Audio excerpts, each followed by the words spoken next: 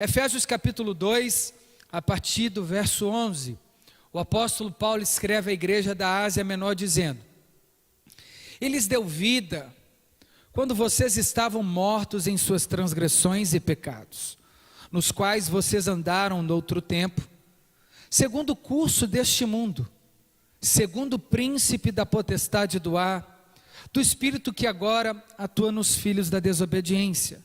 Verso 3: "Entre eles, todos nós andávamos no passado, segundo as inclinações da nossa carne, fazendo a vontade da carne e dos pensamentos, e éramos por natureza filhos da ira, como também os demais.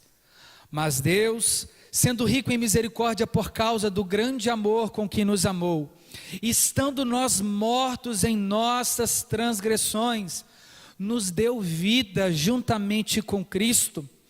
Pela graça vocês são salvos, e juntamente com Ele nos ressuscitou, e com Ele nos fez assentar nas regiões celestiais em Cristo Jesus.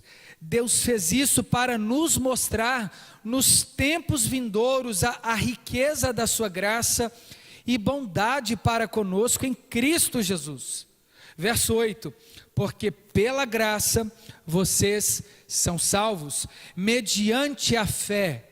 Isso não vem de vocês, é dom de Deus, não de obras para que ninguém se glorie, pois somos feitura dele, criados em Cristo Jesus para as boas obras, as quais Deus de antemão preparou para que andássemos nela."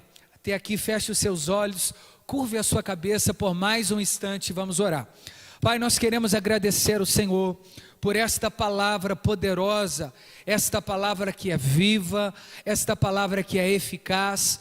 Mais penetrante é a tua palavra do que uma espada de dois gumes. Ela divide a alma do espírito, a junta da medula.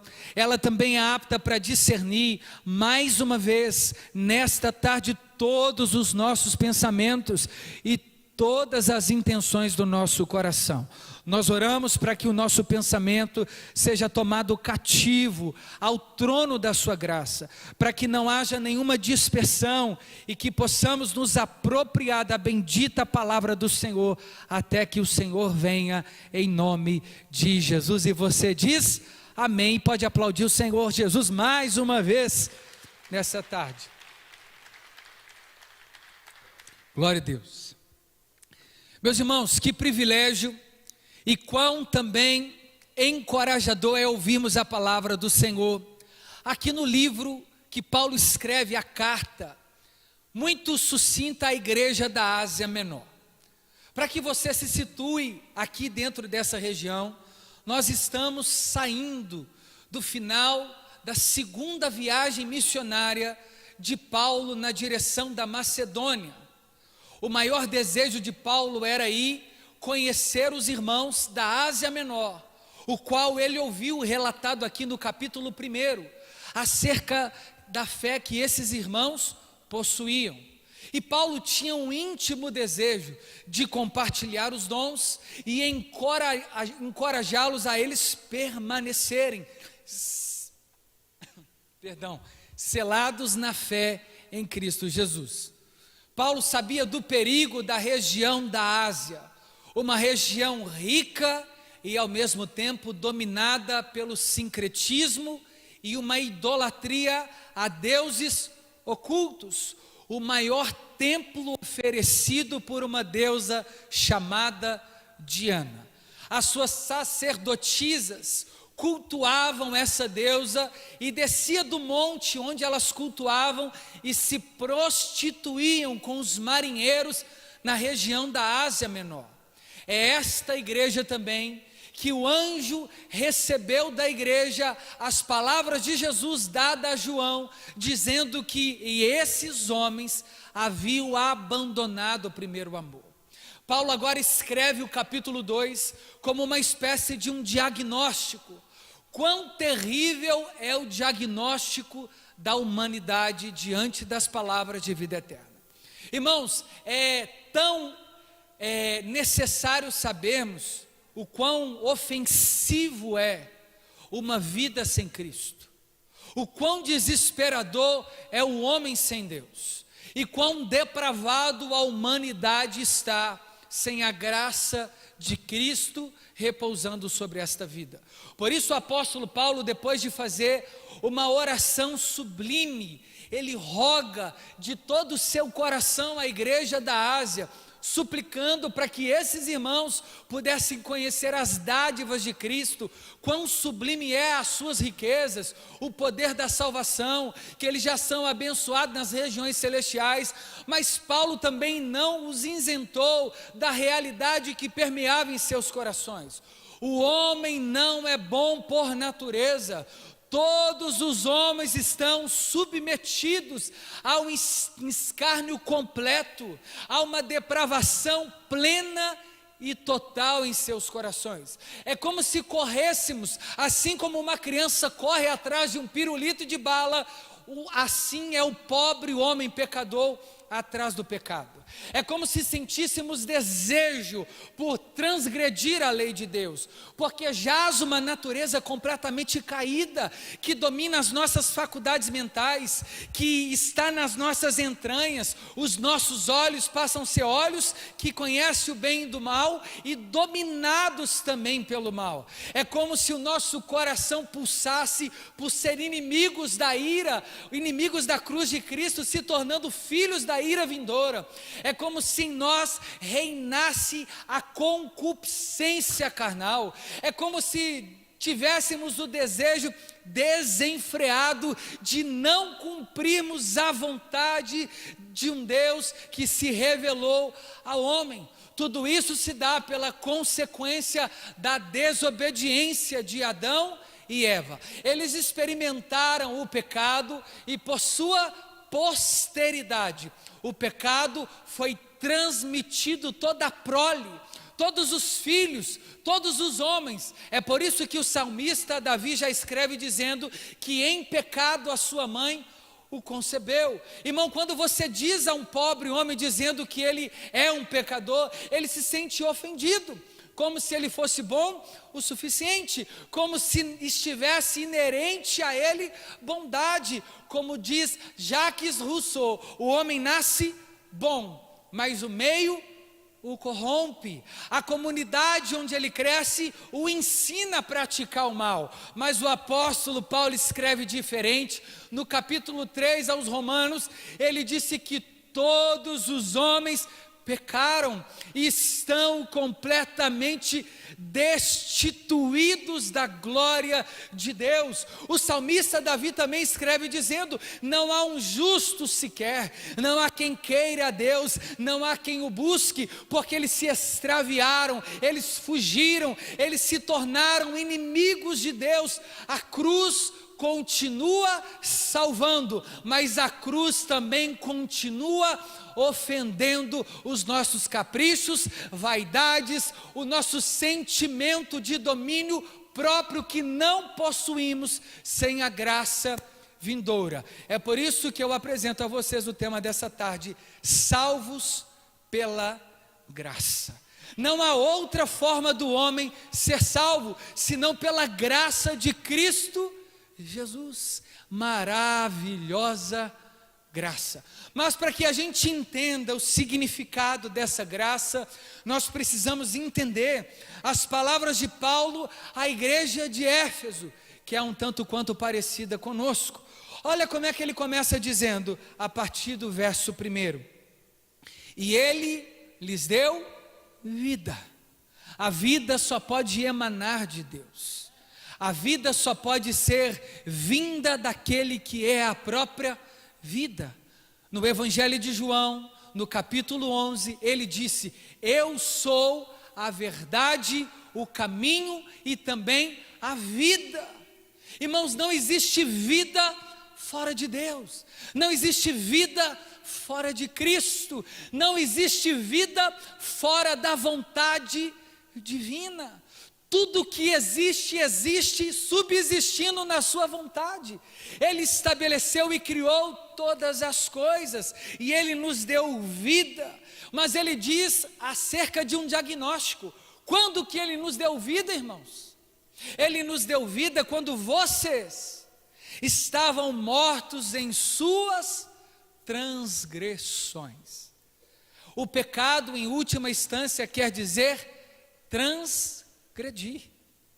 E a Bíblia diz pelo apóstolo Paulo que a vida que nós temos de Deus, nós a recebemos anterior à vida de Cristo por nós na cruz, quando Ele disse tetelestai. Ele está dizendo que desde o princípio o Cordeiro de Deus já estava pronto para ser morto, justificar o nosso pecado. Ou seja, somente a vida de Cristo é capaz de nos dar vida quando nós estávamos mortos.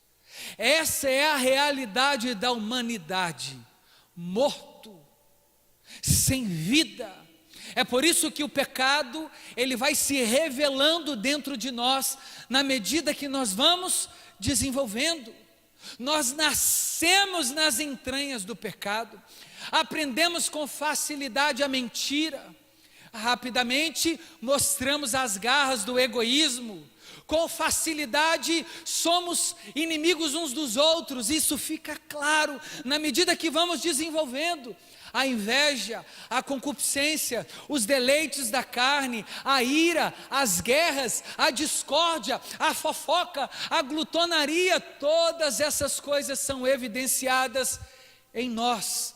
Essa é a natureza da humanidade caída, mas graças a Deus, por Jesus Cristo, que nos deu vida quando nós estávamos ainda mortos. Isso revela o estado sublime da graça de Cristo. Ele mostra para a gente a nossa insuficiência. Ele te deu sem você merecer. Ele te chamou sem você conhecê-lo. Ele te escolheu ainda no ventre materno. Ainda você era sem forma alguma. Ele já havia escrito o seu nome no livro da vida. Ele te chamou, Ele te deu por profeta às nações. E para que você entenda quando é que isso aconteceu, quando você batizou, quando você reconciliou com Cristo, não, quando você era inimigo da cruz. Você recebeu a vida de Cristo quando você escarnecia de Jesus, quando você estava preso nos seus delitos, quando você era escravo das suas vontades. Isso nos revela que a graça, ela superabunda, porque se Cristo faz, depois que a gente acerta, a gente sempre tem uma tendência em achar que a salvação tem a ver com aquilo que conquistamos, e não com aquilo que Cristo conquistou por nós. Então ela nunca será pela graça, mas pelos méritos. Como ela não é pelo mérito, o texto nos mostra, ela veio quando estávamos sem condição alguma de receber, mortos. A realidade da humanidade, Paulo escreve no capítulo 1 de Romanos: judeus estão mortos, gregos mortos, não há nenhum homem que receba vida se ela não vier do alto. Vocês estavam mortos aonde? Em suas transgressões e pecado. A única coisa que nos separa de Deus é o pecado, porque Ele faz distinção entre Deus e os homens. Por isso que Deus não tolera o pecado, ainda que Ele o perdoe. E todo pecado tem consequência. Todas as vezes que pecamos, Deus se ira, Deus sente nojo. Todas as vezes que transgredimos, a ira de Deus se acende. Tiago, até os dias atuais, sim. A diferença é que nós temos um cordeiro que tirou ou riscou o escrito de dívida que era contra nós naquela cruz. É por isso que nós somos salvos a partir da ação graciosa de Deus. Irmão, se gritar, pega ladrão, não sobra nenhum, meu irmão. Se Ele nos chamar pelas obras, ninguém sobe. Se Ele olhar para os nossos méritos, a gente não passa do teto. É um pior do que o outro. É um mais pecador do que o outro. Uns fofoqueiros demais, outros glutões demais, outros imorais demais, fanfarrões, zombadores, escarnecedores. Duro é esse diagnóstico. É por isso que Paulo apresenta nessa proporção. Irmão, essa história de que nós somos ouro de Ofir, é até bonitinho cantar, mas sabe como é que a Bíblia chama nós, ou a humanidade? De verme de Jacó, pó da terra, inimigos da cruz de Cristo, ofensores, zombadores da cruz. Nós temos é que descer do salto e entender que se não for pela graça, nós estamos já condenados ao inferno. João capítulo 3, verso 16, porque Deus amou o mundo de tal, que Ele deu o seu único, para todo aquele que nele crê, não, mas tem a vida. Agora fala o 18. Sabe por que a gente não sabe o 18 de cor? Porque o 18 ofende. E o 18 diz: Ele não veio condenar o mundo, mas salvá-lo.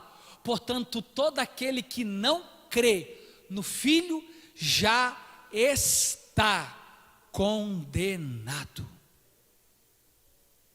Essa é a realidade da humanidade sem a graça vindoura. Todos estão encerrados debaixo de uma condenação eterna. Todos são filhos do diabo, sem Cristo. Todos estão subjugados à eternidade dolorosa. Todos extraviaram, fugiram da vontade soberana de Deus. Todos estão mortos em seus delitos e pecados. Essa é a realidade que nós temos agora, Paulo relatando aos Éfesos, para que a gente compreenda a salvação que não é de graça. Eita, Tiago, como assim? Irmão e irmã, a salvação não é de graça, a salvação é pela graça, porque ela custou tudo, e ela custou o único Filho de Deus, ela teve um preço. Sei que foi pago um alto preço. Canta, irmão.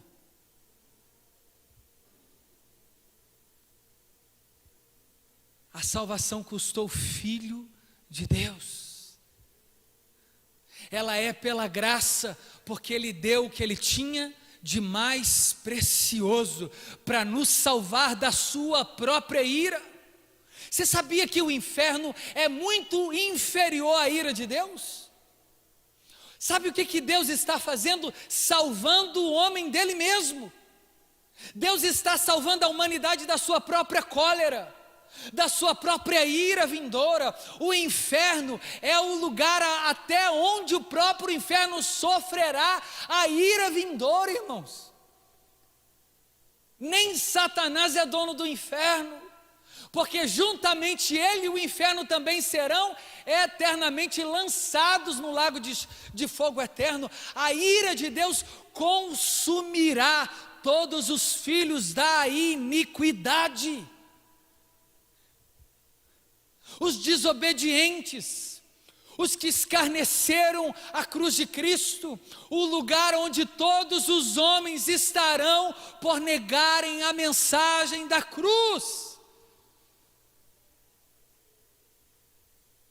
Uma palavra dura que Paulo inicia, porque os judeus se achavam parcialmente bons. Irmão, experimenta falar para um homem que ele está condenado ao inferno. Experimente evangelizar dessa maneira. Como que você será mal compreendido? As pessoas serão ofendidas. Quem é que pode me condenar ao inferno? Deus. Isso não te assusta?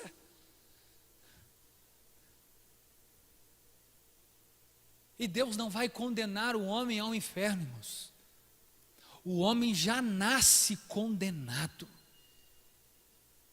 Todos os homens mortos em seus delitos e pecados, todos já nascem debaixo da ira de Deus. Assustador, não é? Muito. Mas esse é o retrato que Paulo escreve no capítulo 2. Ele diz assim: e pior, nos quais vocês andaram noutro tempo, segundo o curso do mundo. Porque o que o mundo faz é contrário a Deus. O mundo, enquanto sistema ideológico, jaz no maligno. O mundo não pode acordar pela manhã e buscar a Deus, porque o mundo não pode tomar uma decisão de não pecar. O mundo está subjugado ao pecado. E um dia, quando Paulo escreve isso, ele precisa mostrar para esses irmãos que estavam na Ásia, de que eles andavam assim. Você lembra de onde Deus te tirou, meu irmão? Você lembra de onde Cristo te chamou? Você andava segundo o percurso desse mundo. Muitos foram tirados do tráfico, outros do adultério, outros da fornicação, outros da mentira, outros da glutonaria, outros da fofoca, outro do escárnio. Todos foram tirados, sem cuspir, da ideologia do mundo. Essa era a realidade de todos os homens. O curso deste mundo, segundo quem? O príncipe da potestade do ar. O judeu entendia que os demônios ocupavam cada milímetro do ar. Eram entidades que dominavam o ar. Pessoas guiadas pelo maligno. Essa era a nossa realidade. Quando a gente pulava a cerca, traía as nossas esposas, quando a gente transgredia, nós éramos levados pela vontade do mal. Estávamos vivendo uma vida de mentira, de duas caras, enganando, transgredindo, ofendendo, matando, roubando e cometendo várias atrocidades. Isso tudo porque o príncipe do ar que controla isso, Satanás e seus demônios, é ele que investe 24 horas para nos fazer viver uma mentira, uma vida de aparência, de escuridão, de engano. Paulo precisa apresentar esse duro diagnóstico para apresentar a salvação pela graça. Porque parece que uma pessoa que diz, mas eu cresci dentro da igreja, mas talvez cresceu nessa mesma realidade, desviado. Porque o que salva não é a carteirinha, é reconhecer Jesus como único e suficiente Salvador da sua vida. Não adianta a gente só estar, se nós estivermos presentes, mas ausentes em espírito e em verdade. Se nós não experimentarmos dessa graça única e pessoal. E Paulo diz: vocês andavam segundo o curso deste mundo, segundo o príncipe da potestade do ar, espírito que atua agora nos filhos da desobediência. E quem é o pai da desobediência? Aquele que desobedeceu desde o princípio. Irmão, você só tem duas paternidades: ou a do passado ou a do presente. Se a do passado te levou a desobedecer, o seu pai é o diabo. E se você permanece em desobediência, você não tem Deus como pai. Mas se você obedece a Deus, a sua paternidade é celestial. Porque Paulo diz que os filhos da desobediência são guiados conforme os príncipes do ar, o diabo. E João, no seu evangelho, na primeira carta, escreve dizendo: aquele que não guarda as palavras e não obedece a Deus, nunca o conheceu e não nasceu de novo. Este é o diagnóstico pesado que Paulo dá à igreja de Éfeso, porque ofende, assusta. Para ele apresentar a mensagem da graça, ele precisa mostrar a certeza de que todos os homens têm os seus corações ruins. Não é porque você tem uma boa educação, cresceu em uma boa família, não rouba, não mata, como se isso fosse fator determinante para ir para o céu ou para o inferno. Irmão, o que te leva para o inferno não é roubar e matar, é permanecer no homicídio, é permanecer na transgressão, porque nós temos o primeiro homem aqui escrevendo a nós: matou outrora, mas agora se tornou como espetáculo pela pregação de Cristo, porque onde abundou o pecado sobre Paulo, agora superabunda a graça de Cristo. Ele matou, mas agora também é alguém que vai morrer pela pregação do Evangelho. E ele continua dizendo, depois que ele dá o diagnóstico para a igreja, eles ficaram assim, igual vocês estão agora, caladinhos, tensos. Ele diz assim: entre eles também nós, porque primeiramente ele fala com a maioria dos gentios, agora ele inclui os judeus, de onde Paulo descende. Entre nós, todos andamos no passado, segundo as inclinações da nossa carne. Irmão, quando eu não tinha entregado a minha vida para Cristo ainda, eu já acordava pecando e dormia pecando. Eu não conseguia não pecar. Pensa num pobre pecador, até os dias atuais. A diferença é que agora eu sou pecador / justificado. Antigamente eu era só pecador. Tem gente que não reconhece que é um pecador. Ele não tem consciência de que o seu pecado, do que o pecado dele ofende a Deus. Por isso que ele sempre está apontando o pecado do outro, ao invés de olhar no espelho. Ele sempre está denunciando os pecados alheios, ao invés de perceber a podridão do coração. Irmãos, o nosso coração precisa ser regenerado para que Cristo avive a sua igreja. É necessário um íntimo sentimento de contrição e quebrantamento, a começar de nós. Nós temos que parar de chorar por um falso arrependimento. Lágrimas não comovem o Senhor. O que muda é a postura, é abandonar os pecados e viver uma nova vida em Cristo,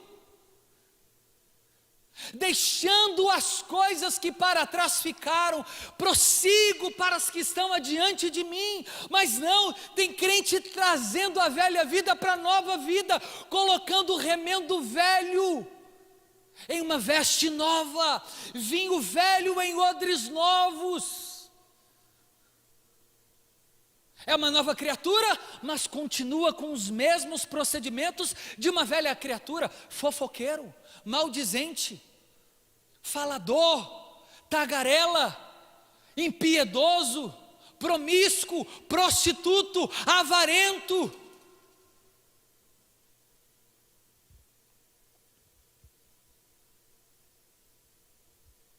Paulo diz assim: vocês querem ser salvos pela graça? reconheça esse pecado em vocês, porque eu reconheço em mim. Não haverá salvação, irmãos, se nós não colocarmos diante de Deus a verdade que nós somos. Nós não somos ouro de Ofir, nós somos pecadores que carecem da graça de Deus. Fica um dia sem orar, fica um dia sem chorar na presença do Espírito Santo, se não aparece a carnalidade, se a boca não fala palavrão, se o coração já não deseja o pecado. Para de achar que você é super-herói ou heroína. Para de achar que você conquista a salvação. Reconheça aquele que pensa estar de pé. Cuide-se para que não caia. O orgulho ofende a Deus. Está ruim, confessa. Não estou dando conta. Aí fica um grupo de religiosos, paz do Senhor, mas com o coração em trevas. Você está bem, irmão? Estou firme na rocha. Mentira. Está um caco, está machucado, está sendo tentado, mas está escondendo, ou está em pecado e não confessa. Irmãos, e não haverá cura, não haverá salvação pela graça, se nós não mostrarmos para Deus a nossa depravação completa e total. Jesus, eu transgredi, eu olhei para uma mulher impuramente, Jesus, eu falei mal de uma pessoa, eu roubei, eu não devolvi o troco, e foi eu que comecei a dissensão lá em casa, eu ofendi uma pessoa no trânsito. Jesus, eu tô abandonando o ministério, eu estou maltratando a minha esposa, eu estou maltratando o meu filho, eu estou desejando pecado. Paulo diz, fazendo a vontade da carne e dos pensamentos, éramos por natureza filho da ira. Irmão, não posso esconder de você aquilo que a Bíblia não esconde de mim. Se nós não estivermos em Cristo, nós seremos completamente condenados a estarmos debaixo da ira vindoura. E dura coisa é cair nas mãos de um Deus irado. Pior do que o inferno é cair nas mãos de Deus. Eu não posso esconder de vocês que a Bíblia não esconde de mim. Por isso que agora ele diz assim, pode parecer assustador, o diagnóstico aqui é como se o médico estivesse dizendo para a humanidade, terminal, é para a morte.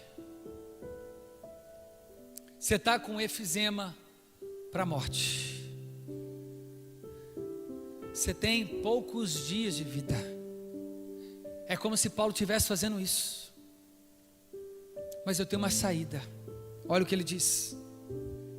Mas Deus, sendo rico em misericórdia. Paulo disse assim, Deus é rico.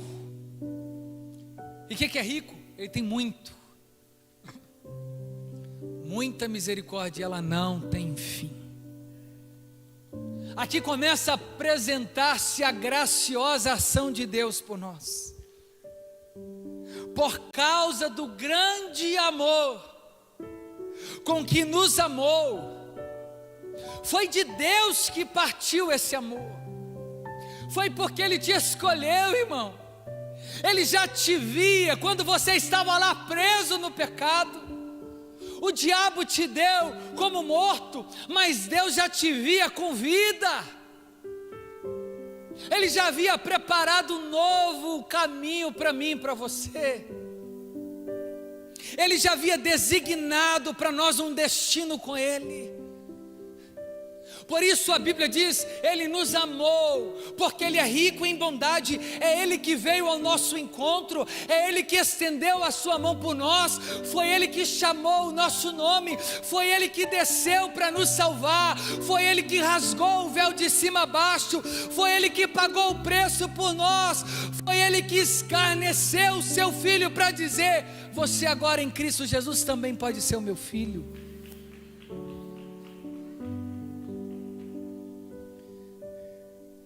Estando nós mortos em nossas transgressões, Ele nos deu vida juntamente com Cristo.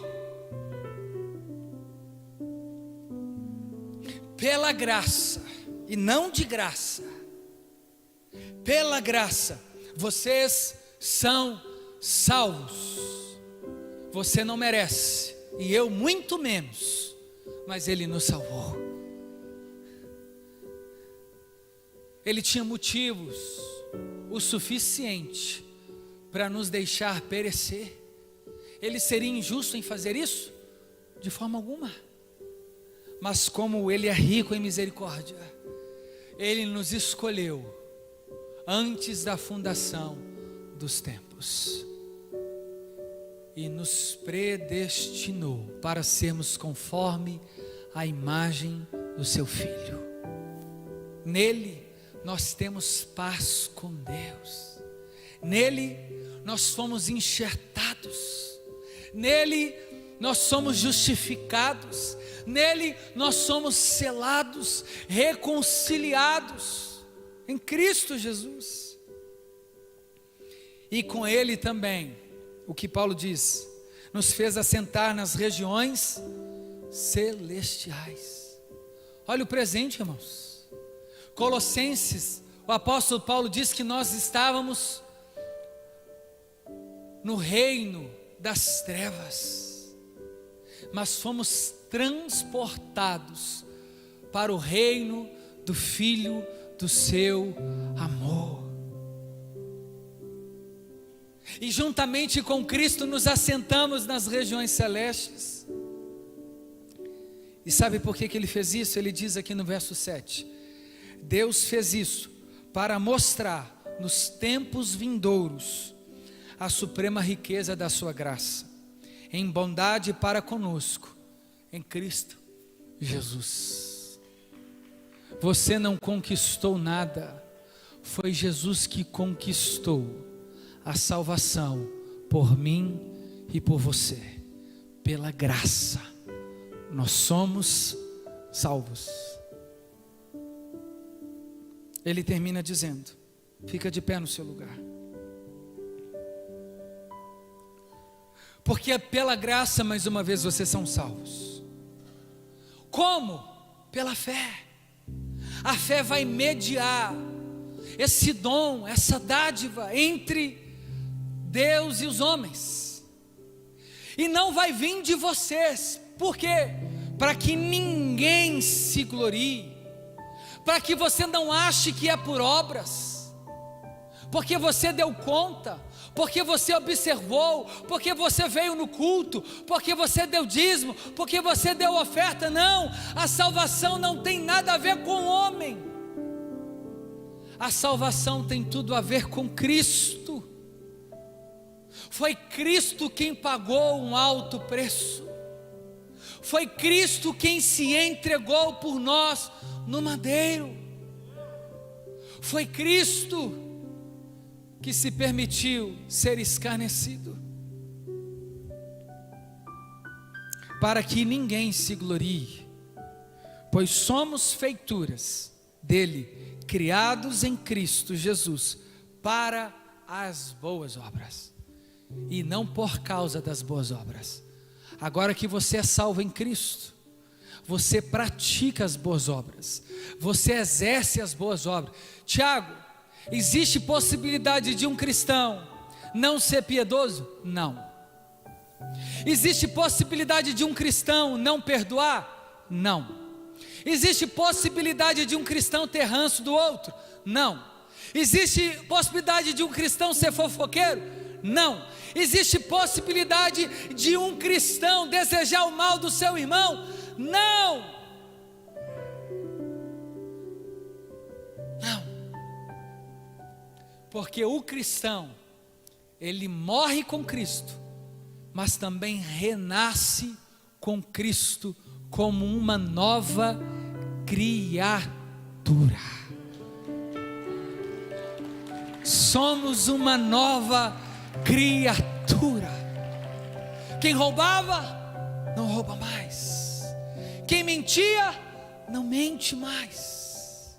Agora vivemos uma novidade com Cristo, as quais, mais uma vez, de antemão Ele preparou para que andássemos nela.